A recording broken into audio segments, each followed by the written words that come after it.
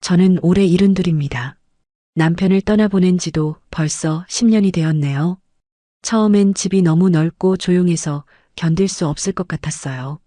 하지만 시간이 지나니 이 고요함이 오히려 편안하게 느껴졌습니다. 혼자 사는 것도 나쁘지 않더라고요. 아들은 5년 전에 결혼했습니다. 며느리는 착한 애예요.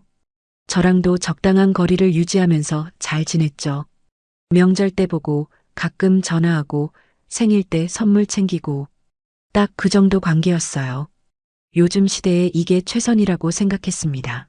아들 부부는 신림동에 작은 투룸을 얻어서 살고 있었어요.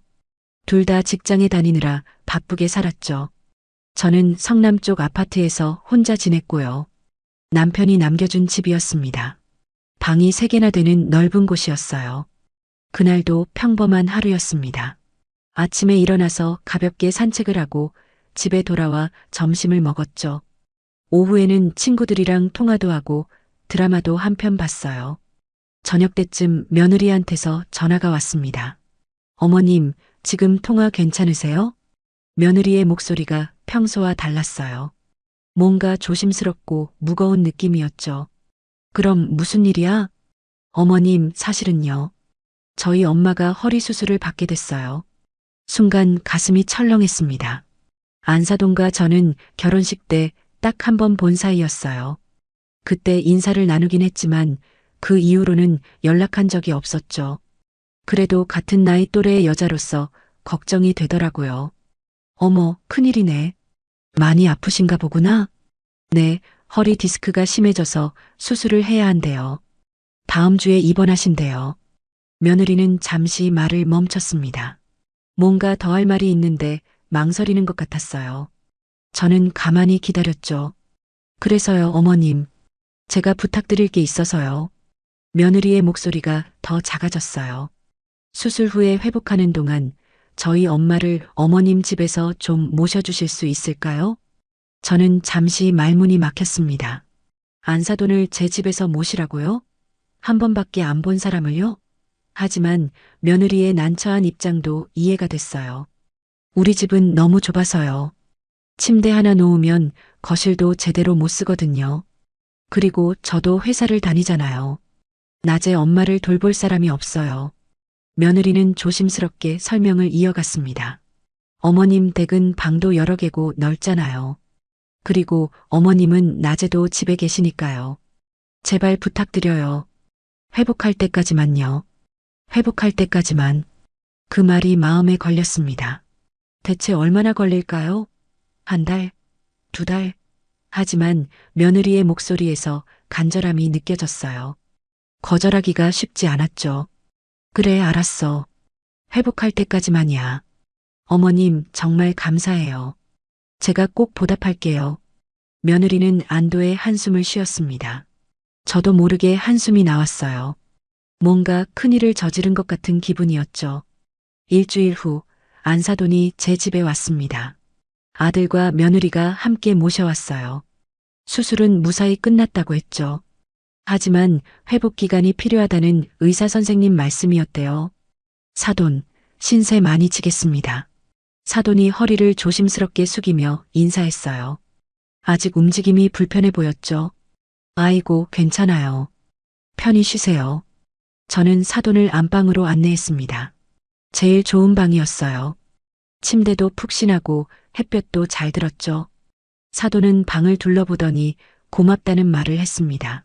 처음 한 달은 정말 조용했어요. 사돈은 환자였으니까요. 대부분의 시간을 방에서 보냈죠. 저는 하루 세 끼를 챙겨드렸습니다. 소화가 잘 되는 음식으로요. 사돈도 항상 감사하다고 했어요. 사돈, 이렇게까지 해주시다니 죄송해요. 아니에요, 당연한 거죠. 빨리 나으셔야죠. 우리는 서로를 사돈이라고 불렀습니다. 격식을 갖춘 호칭이었죠. 저는 사돈이 조심스럽게 행동하는 모습을 보며 안심했어요. 착한 분이구나 싶었죠. 며느리는 퇴근 후 거의 매일 들렀습니다. 친정어머니 상태를 확인하고 필요한 것들을 챙겨갔어요. 저한테도 항상 감사하다는 말을 잊지 않았죠. 아들도 주말마다 와서 안부를 물었습니다.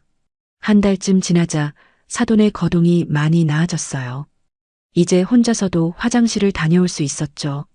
거실까지 나와서 소파에 앉기도 했습니다. 회복이 빠른 편이라고 의사 선생님이 말씀하셨대요. 다행이네요. 이제 좀 편해지셨겠어요. 저는 진심으로 기뻤습니다. 빨리 나으면 빨리 돌아가실 테니까요. 나쁜 뜻은 아니었어요. 그저 원래대로 돌아가고 싶었던 거죠. 제 평화로운 일상으로요. 그때만 해도 저는 몰랐습니다. 사돈의 태도가 곧 완전히 달라질 거라는 걸요. 그리고 제 평화로운 일상이 산산조각 날 거라는 것도요. 2달째로 접어들면서부터 모든 게 변하기 시작했습니다. 2달째로 접어들면서 사돈의 거동이 확실히 좋아졌습니다. 이제는 집안을 자유롭게 돌아다녔어요. 목발도 필요 없었죠. 의사 선생님도 회복이 빠르다고 칭찬하셨대요. 그런데 이상했습니다. 사돈의 태도가 조금씩 달라지기 시작했거든요. 처음엔 제가 예민한가 싶었어요. 하지만 시간이 갈수록 확실해졌죠. 어느 날 아침이었습니다. 저는 평소처럼 간단하게 아침을 준비하고 있었어요. 된장찌개에 김치, 계란말이 정도였죠. 사돈이 부엌으로 들어왔습니다. 사돈, 점심은 뭐 해주실 거예요? 순간 손이 멈췄어요. 아침을 차려놓고 있는데 벌써 점심 얘기를 하다니요. 게다가 묻는 게 아니라 거의 확인하는 투였죠. 아, 아직 생각 안 해봤는데요. 그럼 지금 생각해 보세요. 전 매운 거 못 먹어요. 아시죠? 사돈은 당연하다는 듯이 말했습니다. 저는 어안이 벙벙했어요. 환자일 때는 제가 해드리는 음식을 감사히 드시더니 이젠 주문을 하시는 거예요. 네, 알겠습니다. 일단 그렇게 대답했습니다. 뭐라고 더 할 말이 생각나지 않았거든요. 점심으로 닭죽을 끓였습니다. 부드럽고 소화도 잘 되니까 좋을 거라 생각했죠. 하지만 사돈의 반응은 달랐어요. 사돈, 간이 싱겁네요. 네. 환자 드시기 편하게 싱겁게 했는데요. 전 이제 환자 아니에요. 간 좀 맞춰주세요. 사돈은 숟가락을 내려놓았습니다. 저는 부엌으로 가서 소금을 가져왔어요. 손이 떨렸죠. 화가 나는 건지 당황스러운 건지 모르겠더라고요. 며칠 후에는 더 황당한 일이 있었습니다. 제가 저녁으로 고등어 조림을 했어요. 남편이 살아계실 때 자주 해드리던 음식이었죠. 사돈이 한 젓가락 먹더니 얼굴을 찌푸렸습니다. 이건 소화가 안 되는데요. 고등어는 소화 잘 되는 생선인데요. 제 속은 제가 아는데 이거 먹으면 체해요. 사돈은 고등어를 접시 한쪽으로 밀어냈습니다. 저는 더 이상 아무 말도 하지 않았어요. 말해봤자 소용없을 것 같았거든요. 거실에서도 문제가 생겼습니다. 사돈이 소파를 완전히 차지하고 앉아 있었어요. 저는 평소에 그 자리에서 드라마를 봤죠. 20년 넘게 앉던 자리였습니다. 사돈, 제가 좀 앉을까요? 어머, 여기 제 방석이랑 이불 다 있어요. 저 일어나면 다시 깔아야 해서요. 사돈은 리모컨을 쥐고 채널을 돌렸습니다. 제가 보던 드라마는 아예 관심도 없었어요. 저는 그냥 제 방으로 들어갔죠. 별 수 없었습니다. 일주일쯤 지나자 더 대담해졌습니다. 어느 날 오후였어요. 저는 친구들을 만나러 나가려고 옷을 갈아입고 있었죠. 사돈이 제 방 문을 두드렸습니다. 사돈, 어디 가세요? 아, 친구들 좀 만나고 올게요. 그럼 나가시는 김에 약국 좀 들러주세요. 저 다리 아파서 못 나가겠어요. 사돈은 종이에 약 이름을 적어서 건넸습니다. 미리 준비해둔 것 같았어요. 저는 그 종이를 받아들고 멍하니 서 있었죠. 사돈, 저 지금 약속 시간이 있어서요. 금방이잖아요. 약국 바로 앞에 있는데 다리 아픈 사람보다 약속이 중요하세요? 사돈의 목소리에 날이 서 있었습니다. 저는 할 말을 잃었어요. 결국 약국에 들렀다가 친구들을 만났죠. 약속 시간에 15분이나 늦었습니다. 다음 날은 더 가관이었습니다. 아침에 산책을 다녀오니 사돈이 현관에서 저를 기다리고 있었어요. 사돈, 산책 가실 거면 장 좀 봐오시지. 요거트랑 우유 떨어졌어요. 네. 제가 산책 가는 거랑 장 보는 건 다른 건데요. 어차피 나가시는 거 장 보고 오시면 되잖아요.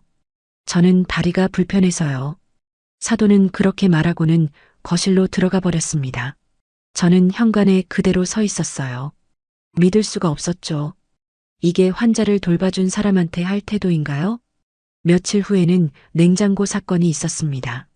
저는 평소대로 저녁 준비를 하고 있었어요. 냉장고 문을 여는데 안에 있던 반찬들이 다 뒤죽박죽이었죠. 누가 뒤진 게 분명했습니다. 사돈, 냉장고 뒤지셨어요? 네, 먹을 게 뭐 있나 봤어요. 근데 요거트가 없더라고요. 요거트는 제가 안 먹어서 안 사뒀는데요. 사돈, 손님 있으면 그 사람 먹을 것도 사두셔야죠. 저 요거트 매일 먹어요. 손님이라는 말에 저는 피식 웃음이 나왔습니다. 손님이 이렇게 행동하나요? 손님이 주인한테 뭘 사두라고 요구하나요? 가장 기가 막힌 건 빨래 얘기였습니다. 어느 날 저녁 사돈이 제 방으로 찾아왔어요. 손에 빨랫감을 한 아름 들고요. 사돈, 이거 좀 빨아주실 수 있어요? 네, 제가요? 네, 사돈은 혼자 사시니까 시간 많잖아요. 제 빨래 좀 해주시면 안 돼요? 그 순간 머릿속이 하얘졌습니다. 시간이 많다고요? 그래서 남의 빨래를 해줘야 한다고요? 저는 심호흡을 했어요. 화를 내면 안 될 것 같았거든요. 사돈, 저도 제 빨래는 제가 해요. 사돈 것까지는 좀 힘들 것 같네요. 에이, 뭐가 힘들어요. 그냥 세탁기 돌리면 되는 건데. 사돈은 제 대답을 기다리지도 않고 빨랫감을 화장실에 두고 갔습니다. 저는 그 빨랫감을 보며 눈물이 날 것 같았어요. 일주일이 더 지났습니다. 사돈의 행동은 점점 더 심해졌어요.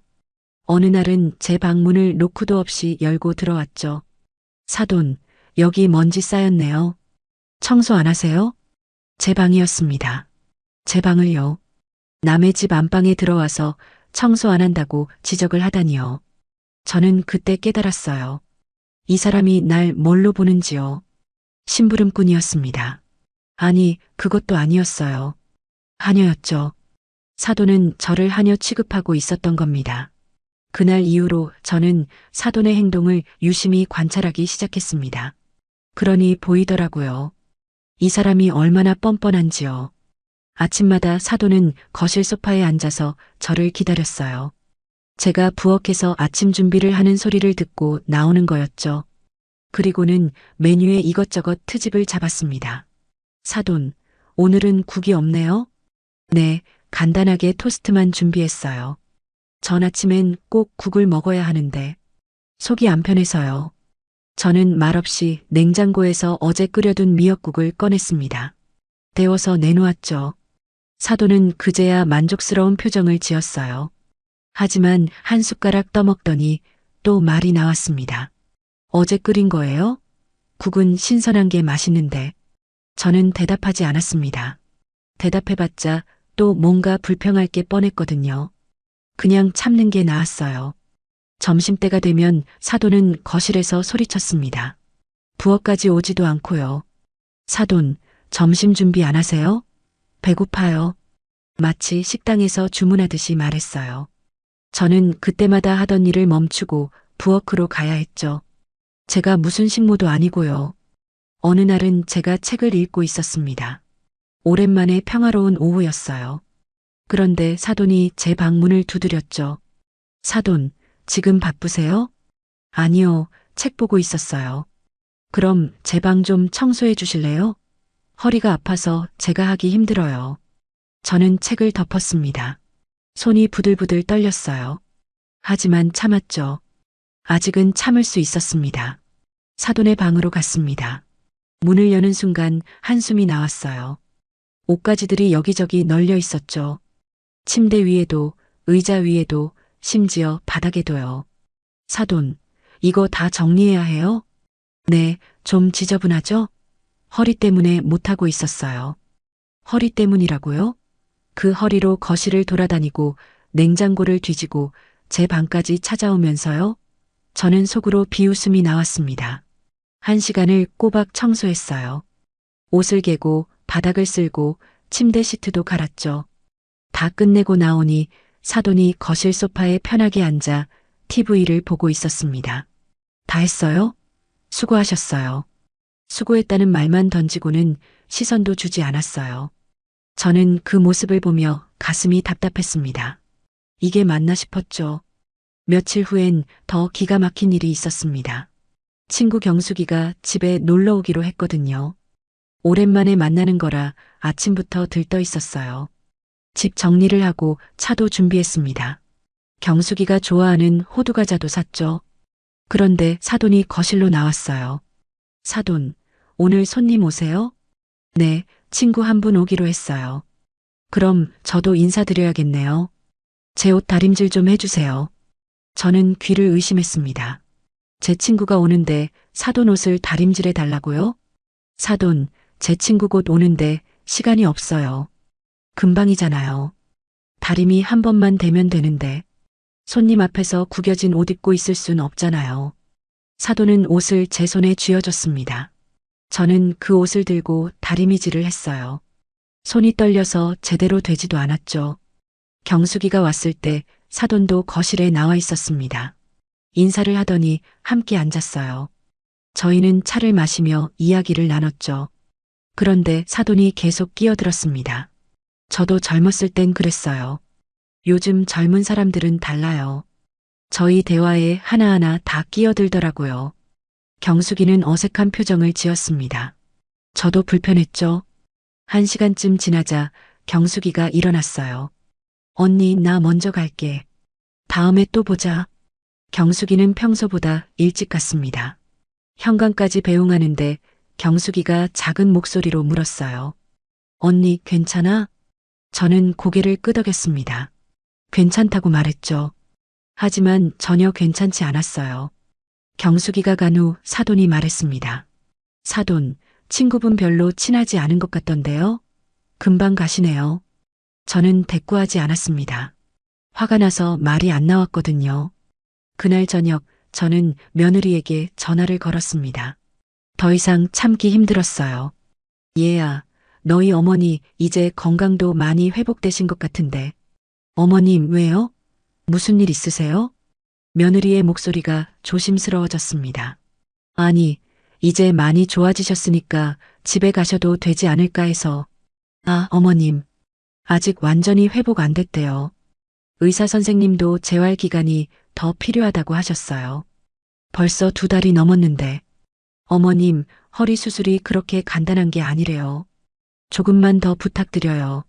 며느리는 사정하듯 말했습니다. 저는 할 말을 잃었어요. 더 이상 말해봤자 소용없을 것 같았죠. 다음 날 저녁엔 아들한테 전화했습니다. 아들아, 안사돈이 이제 거의 다 나으신 것 같은데. 엄마, 왜 그래? 장모님이 뭐 불편하게 하셨어? 아니, 그게 아니라 너무 오래 계시는 것 같아서. 엄마, 장모님 아직 재활 중이래. 조금만 더 참아줘. 아내가 많이 걱정하고 있어. 아들도 아내 편이었습니다. 저는 전화를 끊고 한참을 멍하니 앉아 있었어요. 그날 밤 사돈이 제 방으로 찾아왔습니다. 사돈, 자기 전에 따뜻한 우유 좀 데워주실 수 있어요? 허리가 아파서 잠이 안 올 것 같아요. 저는 부엌으로 가서 우유를 데웠습니다. 손이 떨렸죠. 화가 나는 건지 서러운 건지 모르겠더라고요. 우유를 사돈한테 건네며 생각했습니다. 이대로는 안 되겠다고요. 뭔가 조치를 취해야 한다고요. 하지만 어떻게 해야 할지 막막했습니다. 그때 문득 떠오른 게 있었어요. 스마트폰이었죠. 며칠 전에 손주한테 배웠던 녹음 기능이요. 그래, 증거를 모으자. 그렇게 마음먹었습니다. 다음 날 아침 저는 스마트폰을 주머니에 넣고 부엌으로 갔습니다. 녹음 버튼을 눌렀어요. 손주가 가르쳐준 대로요. 아침을 준비하는데 예상대로 사돈이 나왔습니다. 사돈, 오늘은 뭐 해주실 거예요? 된장찌개 끓이려고요. 또요? 어제도 된장찌개였잖아요. 좀 다른 걸 해주세요. 그럼 뭘 드시고 싶으세요? 미역국이요.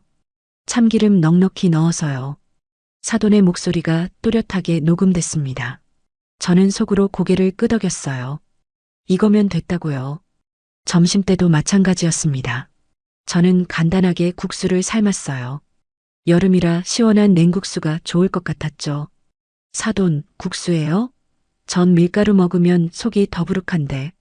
아침에는 미역국 드시고 싶다고 하셔서 국 끓였잖아요. 그건 아침이고 점심은 또 다르죠. 밥 지어주세요. 저는 말없이 밥을 지었습니다. 손가락으로 녹음 버튼을 확인했어요. 잘 녹음되고 있었죠. 며칠 동안 이런 식으로 증거를 모았습니다. 사돈의 무례한 말들이 하나둘씩 쌓여갔어요. 사돈, 제 방 환기 좀 시켜주세요. 답답해요. 사돈, 마트 가실 거면 제 화장품도 좀 사다 주세요. 목록 적어놨어요. 사돈은 시간이 많으시니까 제 옷도 좀 빨아주시면 안 돼요? 모든 게 녹음됐습니다. 저는 밤마다 그 녹음을 들었어요. 들을 때마다 화가 치밀었죠. 일주일쯤 지났을 때 저는 다시 며느리에게 전화를 걸었습니다. 이번엔 좀 더 강하게 말하려고 마음먹었어요. 얘야, 너희 어머니 이제 정말 많이 좋아지셨어. 어머님, 또 그 얘기세요? 며느리의 목소리가 차가워졌습니다. 수술한 지 석 달이 다 돼가는데 재활도 충분히 하셨을 것 같아서. 어머님, 제 엄마가 얼마나 힘든지 아세요? 허리는 한번 다치면 평생 가요. 그건 나도 아는데. 그럼 조금만 더 봐주세요. 제발이요. 며느리는 제 말을 끊었습니다. 짜증 섞인 목소리였어요. 저는 가슴이 답답했죠. 얘야, 근데 너희 어머니가 나한테. 어머님, 죄송한데 저 지금 회사에서 바빠요. 나중에 전화 드릴게요. 며느리는 전화를 끊어버렸습니다. 저는 멍하니 스마트폰을 내려다봤어요. 이럴 줄 알았습니다. 며느리는 제 말을 들으려 하지 않았죠. 주말에 아들이 왔습니다. 저는 아들을 제 방으로 불렀어요. 아들아, 엄마 할 말이 있어. 왜, 무슨 일이야? 안 사돈 말인데. 아들의 표정이 굳었습니다. 이미 며느리한테 들은 것 같았어요. 장모님이 너무 오래 계시는 것 같아서. 그리고, 엄마, 또 그 얘기야? 아들이 한숨을 쉬었습니다. 아들아, 엄마 말 좀 들어봐. 안사돈이 나한테. 엄마, 장모님 아직 재활 중이래. 의사 선생님도 그러셨대. 그건 알겠는데 안사돈이 나한테 하는 행동이. 무슨 행동? 장모님이 뭐 잘못하셨어? 아들의 목소리가 날카로워졌습니다. 저는 주춤했어요. 어떻게 설명해야 할지 막막했죠. 심부름을 시키고 청소를 시키고 빨래까지. 엄마, 그 정도는 할 수 있잖아. 환자잖아. 환자면 조용히 쉬어야지. 이것저것 시키는 게 말이 돼? 엄마가 좀 이해해줘. 아내가 지금 얼마나 마음 아파하는데. 아들은 아내 걱정만 했습니다. 저는 한숨이 나왔어요. 아들아, 엄마는 뭐? 엄마 마음은 안 아파? 엄마, 왜 이러세요? 조금만 더 참아달라니까. 아들은 짜증을 냈습니다. 저한테 짜증을 내는 거예요. 안사돈 편만 들면서요. 알았어. 그냥 가봐. 저는 아들을 내보냈습니다. 더 이상 얘기해봤자 소용없었거든요. 아들이 나간 후 거실로 나갔습니다. 사돈이 소파에 앉아 있었어요. 며느리와 전화 통화를 하고 있었죠. 응, 괜찮아. 사돈이 잘 챙겨주셔. 걱정 마. 사돈의 목소리가 들렸습니다. 제 앞에서는 저렇게 착한 척하는 거예요. 우리 딸, 엄마 때문에 고생 많지? 미안해. 저는 그 모습을 보며 비웃음이 나왔습니다. 며느리 앞에서는 불쌍한 환자 행세를 하는 거죠. 전화를 끄는 사돈이 저를 봤습니다. 사돈, 거기 서 계셨어요? 네. 우리 딸한테 제가 불편하게 한다고 말씀하셨다면서요? 사돈의 눈빛이 차가웠습니다. 제가 뭘 잘못했나요? 환자가 이것저것 부탁하는 게 그렇게 이상해요? 부탁이 아니라 명령이었잖아요. 에이, 사돈이 예민하신 거 아니에요? 전 그냥 불편한 것 좀 말씀드린 거예요. 사돈은 웃으며 말했습니다. 저를 예민한 사람 취급하는 거예요. 제가 여기 있어주니까 사돈도 좋으시잖아요. 혼자 사는 것보다 낫지 않아요? 네. 혼자 사시면 외롭잖아요. 제가 말벗도 되드리고 같이 밥도 먹고 나쁘지 않으시잖아요. 저는 어이가 없었습니다. 사돈은 정말로 그렇게 생각하는 거예요. 자기가 저한테 도움이 된다고요. 그리고 사돈, 저 여기서 더 있을 것 같아요. 네. 재활이 생각보다 오래 걸린대요. 의사 선생님이 석 달은 더 필요하다고 하셨어요. 석 달이요? 벌써 석 달이나 있었는데 석 달을 더요? 우리 딸도 그렇게 하래요. 여기서 푹 쉬다 가라고요. 사돈은 당연하다는 듯이 말했습니다. 제 얼굴은 보지도 않고요. 그날 밤 저는 잠을 이룰 수 없었습니다. 석 달을 더 있다고요? 도대체 언제까지 참아야 하는 거죠? 며느리도 아들도 제 편이 아니었습니다. 사돈만 감싸고 돌았어요. 저는 그저 참아야 하는 사람이었죠. 베개를 끌어안고 한참을 울었습니다. 72 평생 이렇게 무시당해 본 적이 없었어요. 내 집에서요. 하지만 울고만 있을 순 없었습니다. 뭔가 해야 했어요. 스마트폰을 켰습니다. 녹음 파일들을 확인했죠. 충분했습니다. 사돈의 무례한 말들이 열흘 지나 녹음돼 있었어요. 이제 준비가 됐습니다. 저는 계획을 세우기 시작했습니다. 어떻게 사돈을 내보낼지요. 가족들이 제 말을 안 믿는다면 직접 증거를 보여줄 수밖에 없었죠. 며칠만 더 기다리자고 다짐했습니다.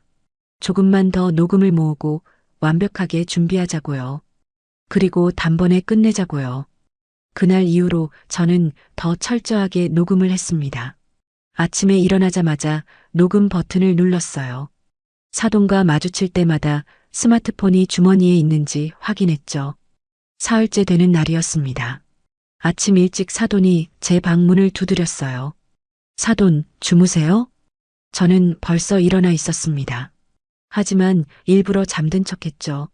사돈, 일어나세요. 아침 안 하세요? 문 두드리는 소리가 점점 커졌습니다. 저는 천천히 문을 열었어요. 녹음은 이미 시작된 상태였죠. 아침 몇 시에 드시고 싶으신데요? 지금이요. 배고파요. 빨리 좀 해주세요. 사돈은 명령하듯 말하고는 거실로 갔습니다. 저는 부엌으로 향했어요. 스마트폰을 식탁 위에 살짝 올려놨죠.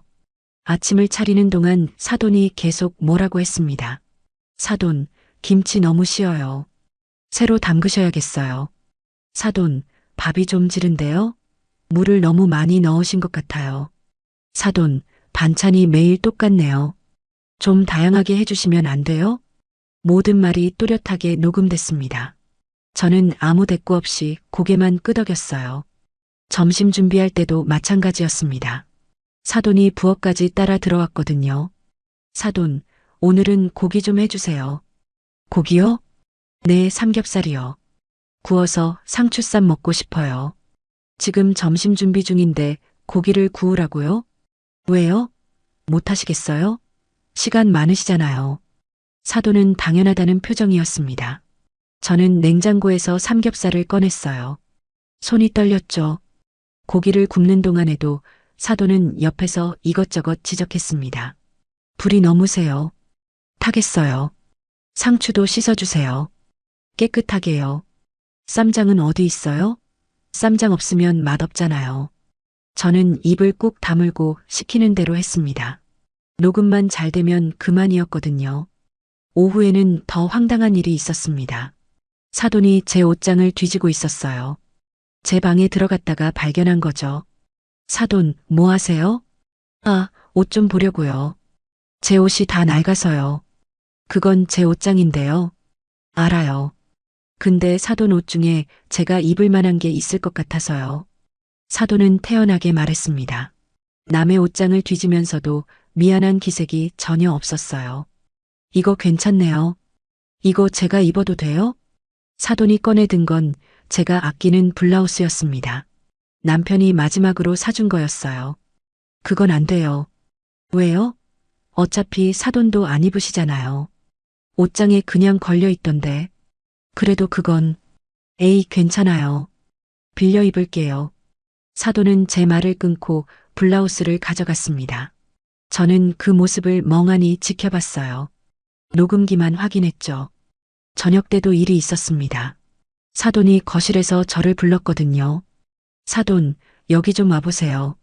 거실로 가니 사돈이 소파에 앉아 있었습니다. 발을 올린 채로요. 제 발 좀 주물러 주실 수 있어요? 네. 발이 붓는 것 같아요. 혈액순환이 안 되나 봐요. 그건 사돈, 제가 환자잖아요. 이것도 재활의 일부예요. 사돈은 발을 내밀었습니다. 저는 그 발을 보며 눈물이 날 것 같았어요. 하지만 참았습니다. 그리고 사돈의 발을 주물렀죠. 10분 정도요. 그동안 사돈은 TV를 보며 과자를 먹었습니다. 이제 됐어요. 고마워요. 사돈은 그렇게 말하고는 제 방으로 가버렸습니다. 저는 화장실로 달려가 손을 씻었어요. 몇 번이고 비누칠을 했죠. 일주일이 더 지났습니다. 녹음 파일은 20개가 넘었어요.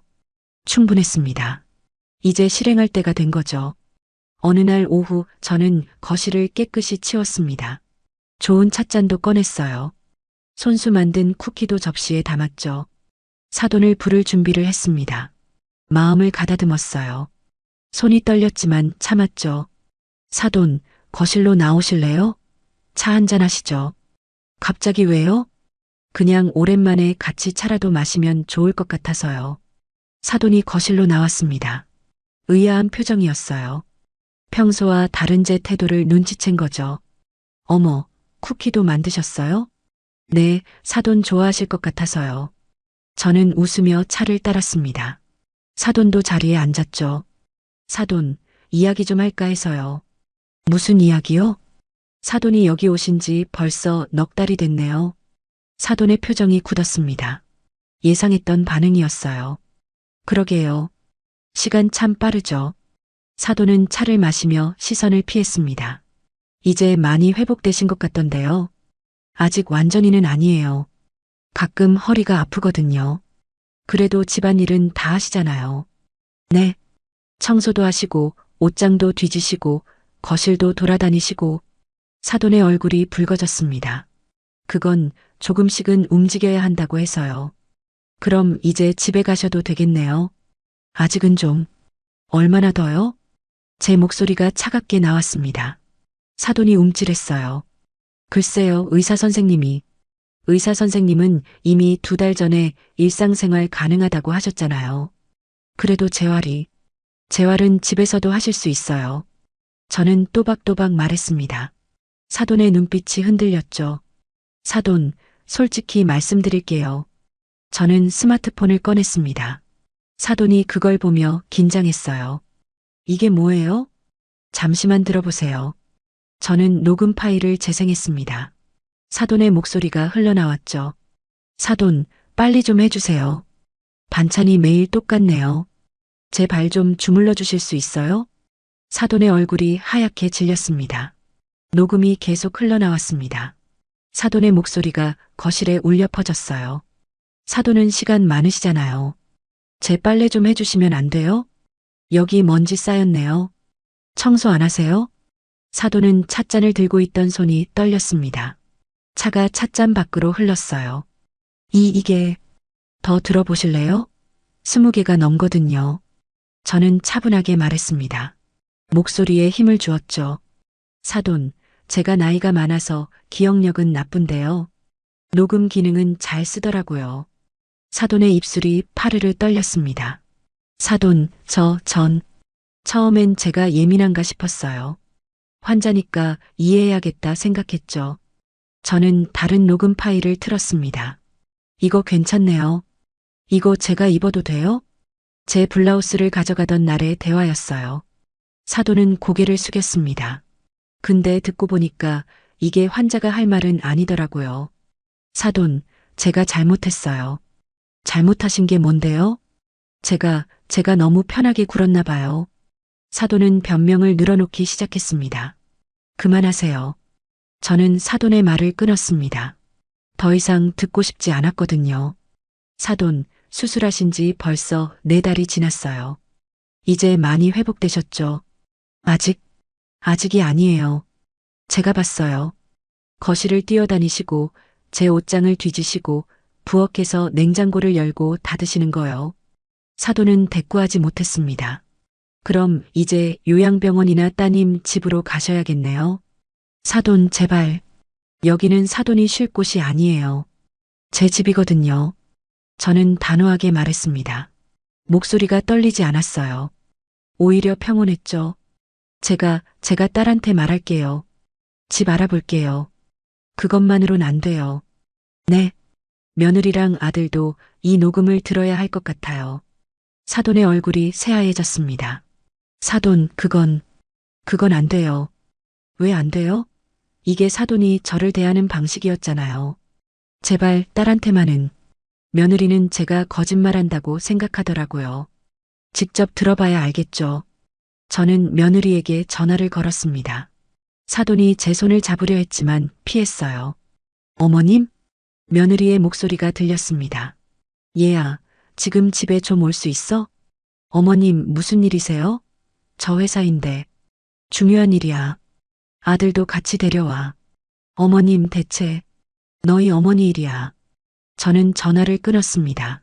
사돈은 소파에 주저앉아 있었어요. 사돈, 제가 진짜 잘못했어요. 딸한테는 말하지 마세요. 이미 늦었어요.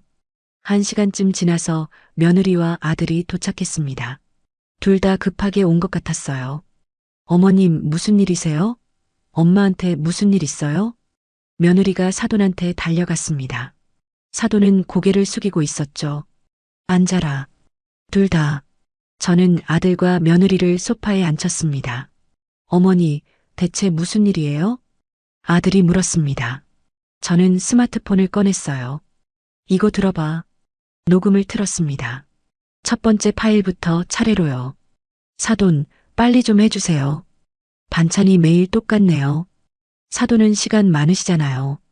제 빨래 좀 해주시면 안 돼요? 며느리의 얼굴이 점점 굳어갔습니다. 아들은 주먹을 쥐었어요. 제 발 좀 주물러 주실 수 있어요? 여기 먼지 쌓였네요. 청소 안 하세요?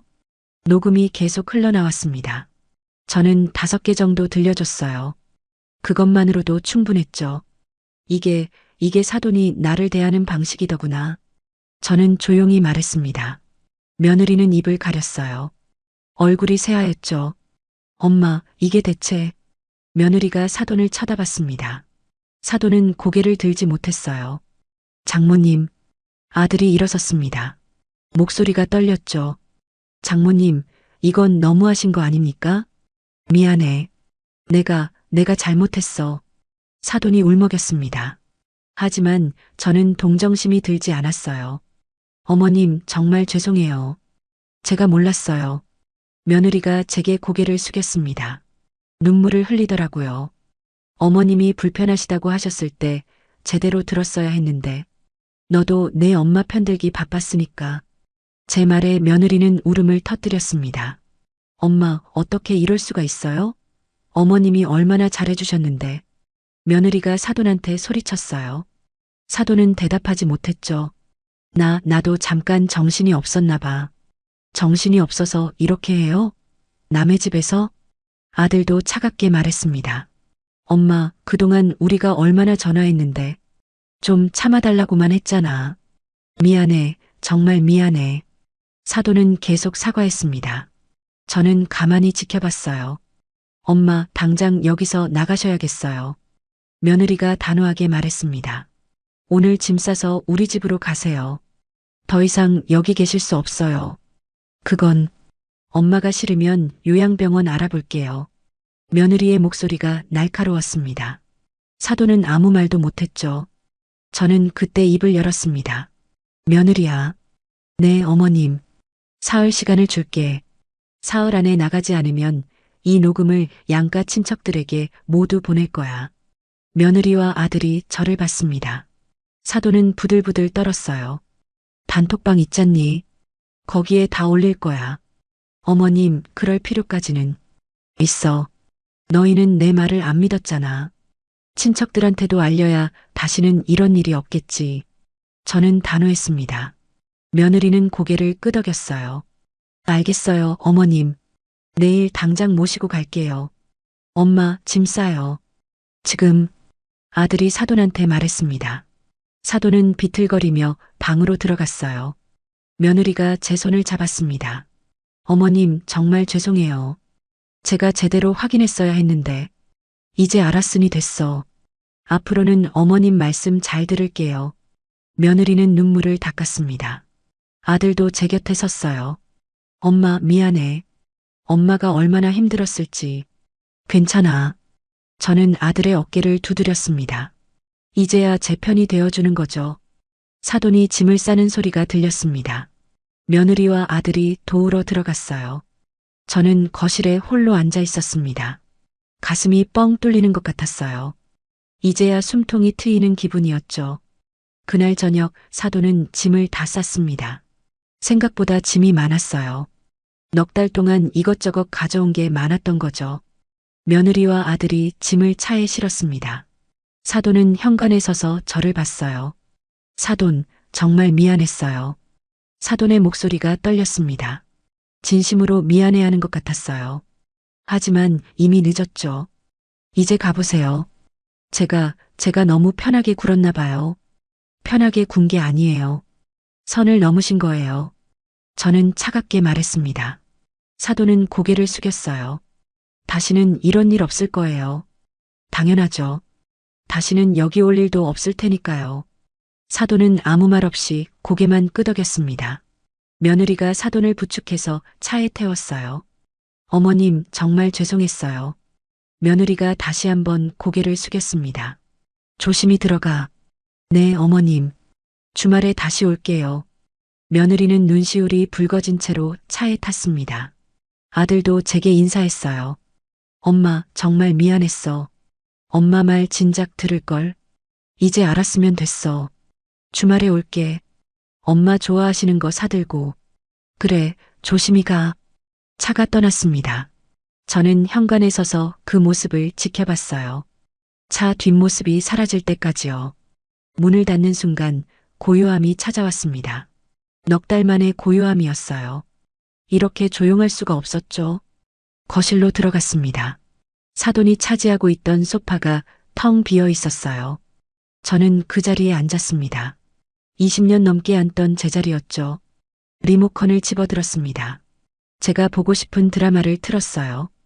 누가 채널을 바꾸지도 않았죠. 부엌으로 갔습니다. 냉장고를 열었어요. 제가 먹고 싶은 것만 있었죠. 누가 뒤진 흔적도 없었습니다. 안방으로 들어갔습니다. 문을 여는데 노크하는 사람도 없었어요. 제 방이었습니다. 온전히 제 공간이었죠. 침대에 누워 천장을 바라봤습니다. 눈물이 흘렀어요. 시원한 눈물이었습니다. 그날 밤 저는 푹 잤습니다. 넉 달 만에 처음으로요. 아침에 누가 문을 두드릴까 걱정하지 않았어요. 점심 메뉴를 고민하지 않아도 됐죠. 다음 날 아침이었습니다. 평소보다 늦게 일어났어요. 9시가 넘었죠. 하지만 괜찮았습니다. 재촉하는 사람이 없었거든요. 간단하게 토스트를 먹었습니다. 국을 끓이지 않았어요. 트집 잡는 사람도 없었죠.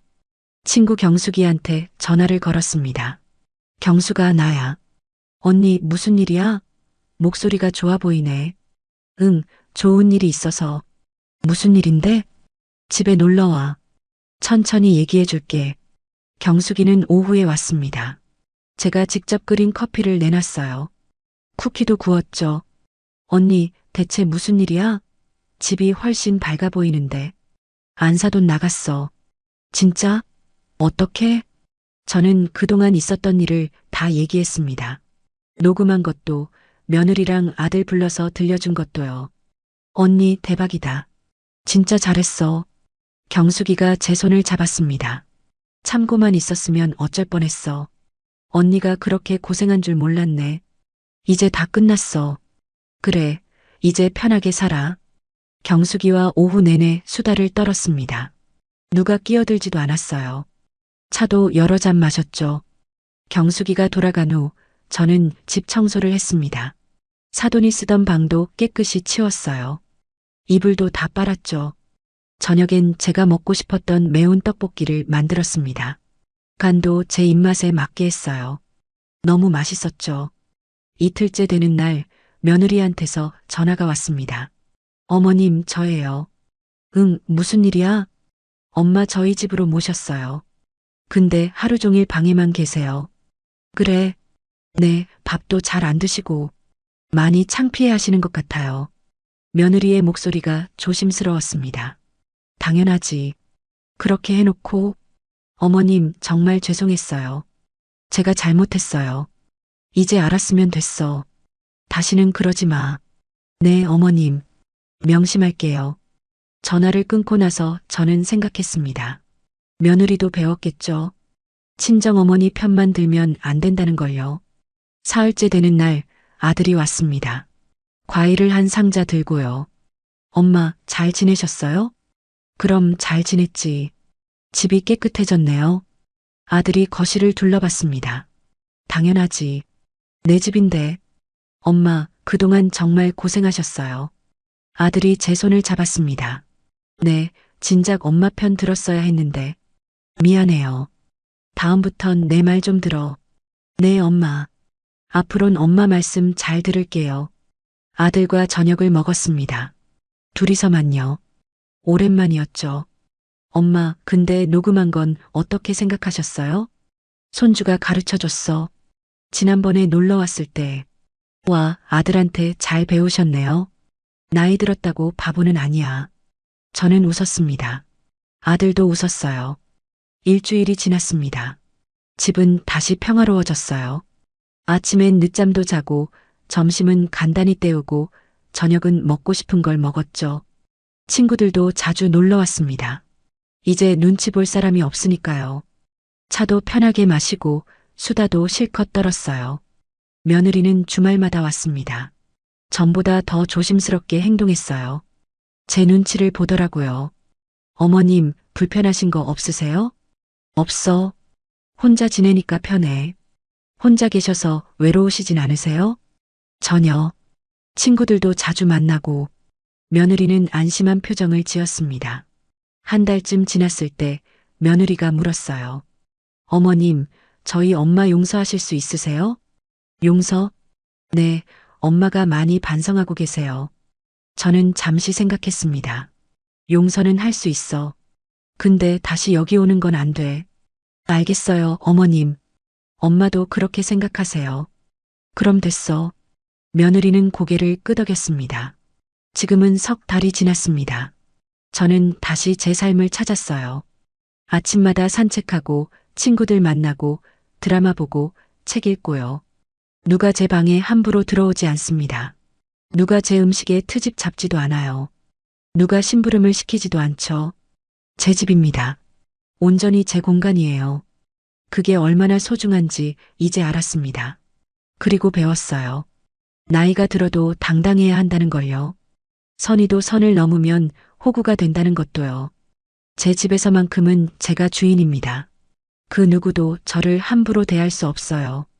72 평생 살면서 얻은 교훈이었습니다. 지금 이 순간 저는 행복합니다. 조용한 오후 따뜻한 차 한 잔, 그리고 아무도 방해하지 않는 이 평화요. 이게 바로 제가 원했던 삶이었어요.